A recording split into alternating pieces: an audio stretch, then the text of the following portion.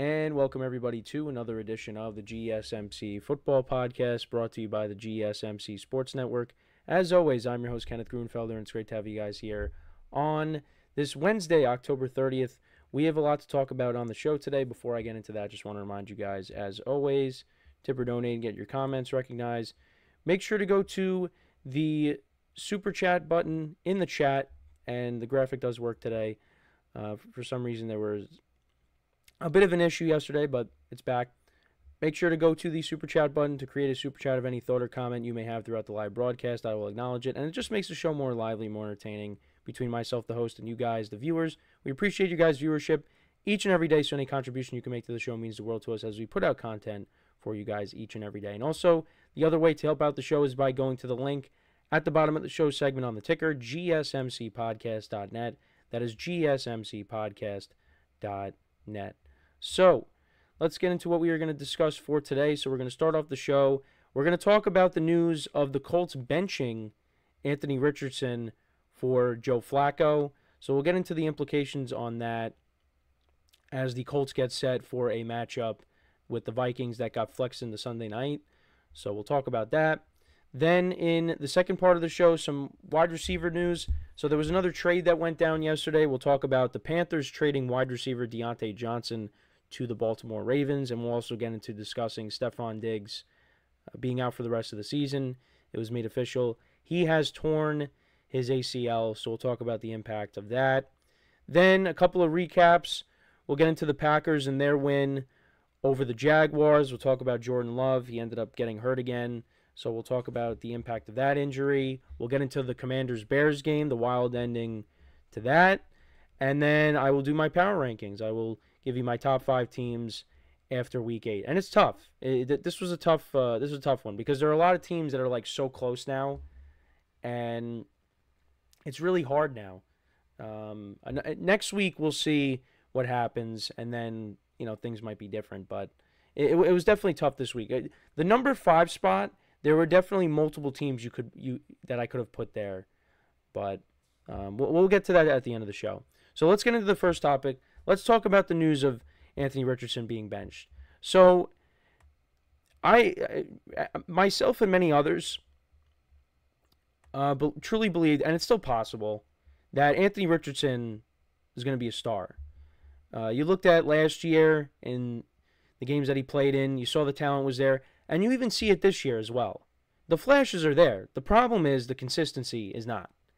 And you see some of the plays that he makes, like the touchdown pass to Josh Downs, like that was incredible, but you look at his numbers this year, and they're just not great. They're not great. Trying to get his stats up right now, but looking at it, let's go over his stats from Sunday. 10 of 32.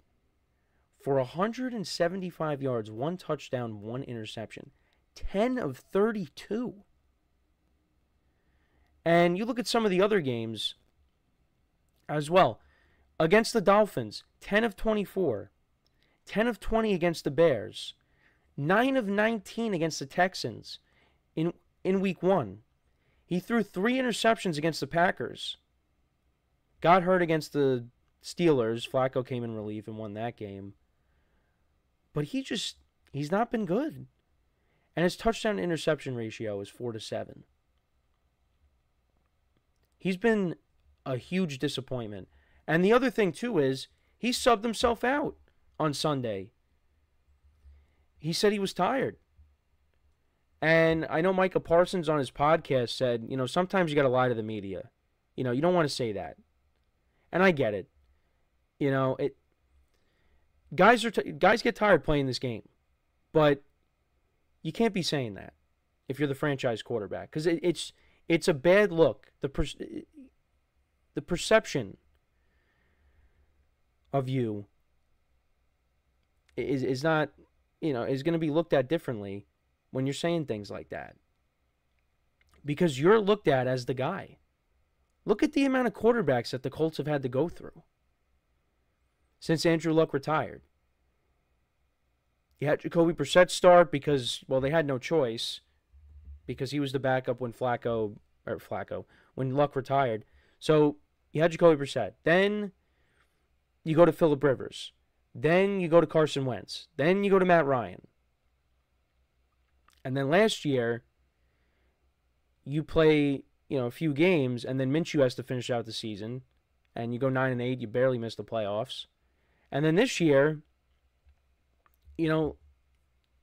let's see what you could do. And he's still developing because, again, his rookie season got cut short, so he's still technically a rookie. But the Colts right now are in a position where they want to win football games. And right now, unfortunately for Anthony Richardson, Joe Flacco gives them the better chance to win. Joe Flacco, in the games that he's played in, he's looked good. Right now, he's got a 7 touchdown to 1 interception. Touchdown to interception ratio of 7-1. In relief against the Steelers, 16-26 for 168 yards and 2 touchdowns. Against the Jaguars, 359 yards passing, 33 of 44, 3 touchdowns, no picks. They did unfortunately lose that game. Against the Titans, 189 yards, 2 touchdowns, and a pick. They did win that. And, you see the games that some of these guys have when he plays. He elevates the guys around him. Anthony Richardson's not really doing that. I guess you could say with Alec Pierce. Alec Pierce has had some big games this season. But the Colts right now are 4-4. They're fighting for a playoff spot. This is a good team. And, they got Jonathan Taylor back this past week, and he looked good. The defense is the one thing that, is a little bit concerning, I would say. But it's a good team. And the way the AFC is, there's no reason this team can't make the playoffs. They definitely can. And you look at the schedule coming up, it is tough, though. Because you got the Vikings on Sunday night, and they've dropped their last 2 games. So they're looking to get back to their winning ways. Then you got the Bills after that at home. And the Bills look awesome right now. Another big win in Seattle. Then they play the Jets on Sunday Night Football, which, should be a win, but we'll see. Home against the Lions. At the Patriots. You got the bye week 14. Then your last 4 games.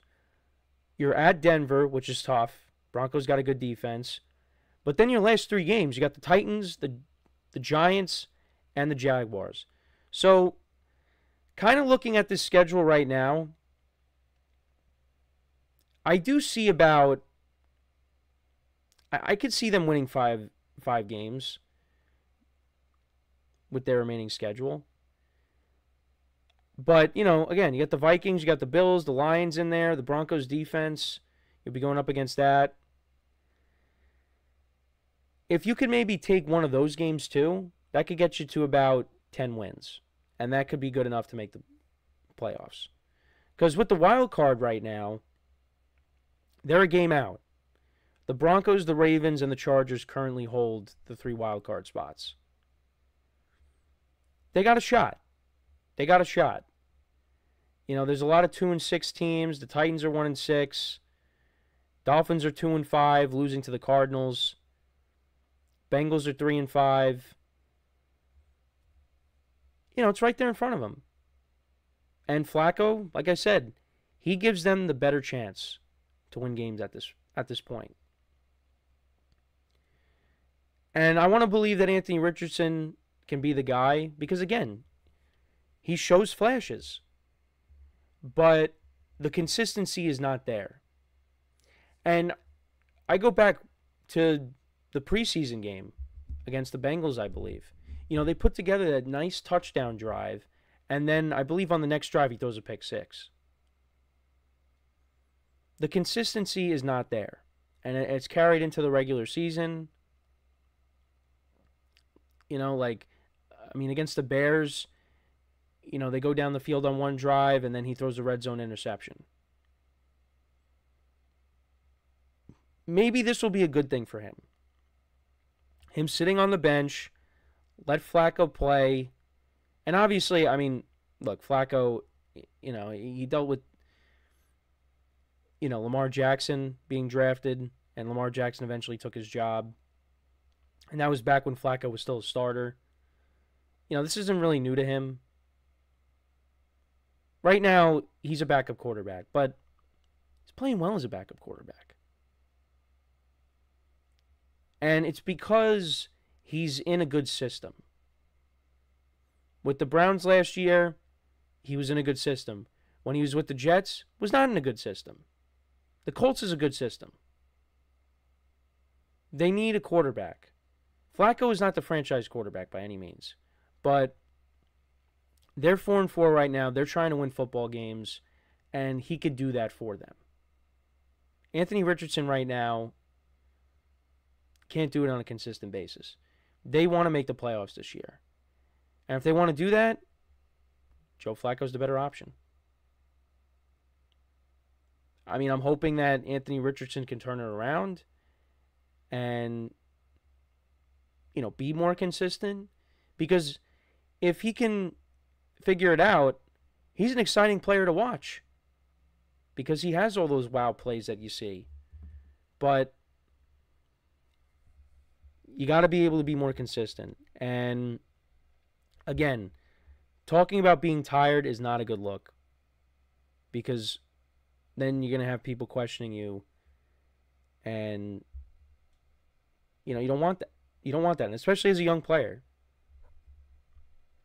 So, we'll see how this unfolds. But they got a very tough game with the Vikings on Sunday. Especially, again, just because the Vikings are coming off of 2 straight losses. So, that's my thoughts on it. Let me know what you guys think, though. Was this the right move? I mean, I believe it is. But let me know in the comments how you feel about this move by the Colts going to Joe Flacco. We're going to take our first break now of the show. And then when we come back, we'll talk about some wide receiver news. We'll get into the Deontay Johnson trade. And we will also get into the Texans losing Stephon Diggs for the season due to a torn ACL. So with that being said, stick around, and we'll be right back here on the GSMC Football Podcast.